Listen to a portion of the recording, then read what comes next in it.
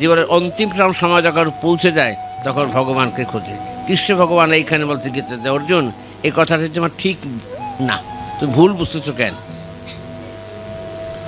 আমার সঙ্গে সম্বন্ধ বোধহয় তোমারই লাভ হবে, আমার লাভ হবে না। কী লাভ হবে তাও শোনো।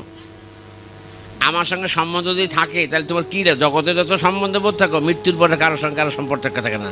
মৃত্যুর পরে মা বাবাকে আত্মা চেনে না, ছেলে মেয়েকে চেনে না, যার জন্য এত ভালোবাসে তাকে মা বাবা সন্তান চেনে না, সন্তান মা বাবা চেনে না। সম্পর্কটা কতক্ষণের? ততক্ষণ দেহটা ততক্ষণের, যতক্ষণ দেহ থাকবে ততক্ষণ সম্বন্ধবোধ, এবং এটা মায়া। এটা আমরা ভুল দেখি, ভুল বুঝি। কীরকম ভুল বুঝি?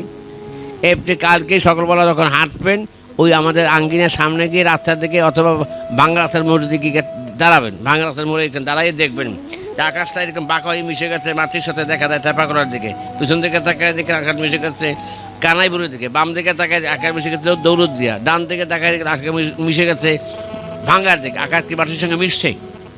তো কোনটা ঠিক? দৈনিক যেটা দেখতেছেন, দৈনিক দেখেন না এটা যে আকাশ এরকম করে মিশে গেছে মাটির সাথে, এইটা কি ঠিক না ভুল? সারা জীবন পর্যন্ত দেখলেন এটা ঠিক দেখা না। যাদেরকে এত বেশি আপন মনে করতেছেন, একজনও আপনার আপন না। এই বোধ আপনারও নাই, আমারও নাই। আমরা এটাকে ইংরেজিতে বলে ভ্রম, মোহ বা মায়া। এইটার মধ্যে সবাই দিনভর খালি ঘুরতেই থাকে।